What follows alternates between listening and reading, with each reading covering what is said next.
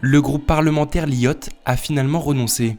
Vidée de sa substance, la proposition de loi du groupe, visant à abroger le recul de l'âge légal de départ à la retraite à 64 ans, n'a finalement pas été soumise au vote ce jeudi à l'Assemblée. Il ne reste plus rien, vous l'avez compris, dans le texte que nous avons prononcé. Et par conséquent, en responsabilité, nous avons décidé de retirer notre texte, autant qu'il ne reste plus que l'article 2, la conférence sociale, alors que les grandes organisations syndicales ont elles-mêmes expliqué que tout ça n'avait pas de sens si on ne relançait pas un débat jusqu'au début. C'est durant près de 3 heures de débat et dans une ambiance électrique que les oppositions ont fait entendre leur colère face à la majorité présidentielle accusée d'écrabouiller la démocratie parlementaire en utilisant l'article 40 de la Constitution pour rejeter la mesure phare que portait le groupe LIOT et ainsi ne pas aller au vote. C'est la première fois dans l'histoire de la Ve République qu'une présidente de l'Assemblée nationale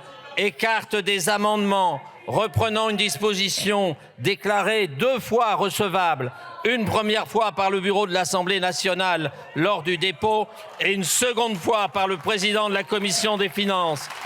C'est une faute politique grave dont la présidente de l'Assemblée nationale ne mesure pas encore toute l'étendue des dégâts politiques et institutionnels.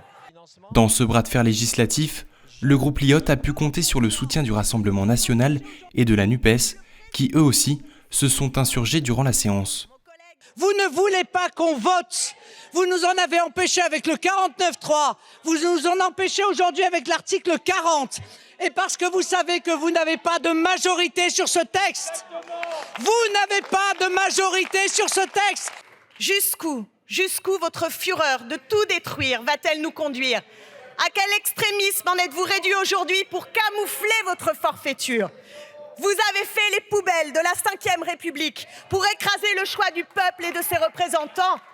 À la tribune, Olivier Dussopt, le ministre du Travail, est contraint de défendre une fois de plus son texte face aux critiques avancées par les partis de l'opposition.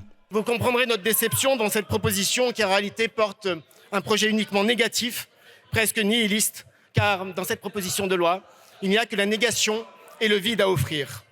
Vous ne proposez rien d'autre que de vous défausser, parce que vous n'avez pas de projet alternatif commun. Et donc, en conclusion, je vous le dis, pour ce qui nous concerne, nous continuerons à travailler. Si le combat semble être perdu pour le groupe LIOT, la NUPES ne compte pas en rester là. L'Alliance de gauche a fait savoir qu'elle porterait dès la semaine prochaine une motion de censure pour tenter de faire tomber l'exécutif.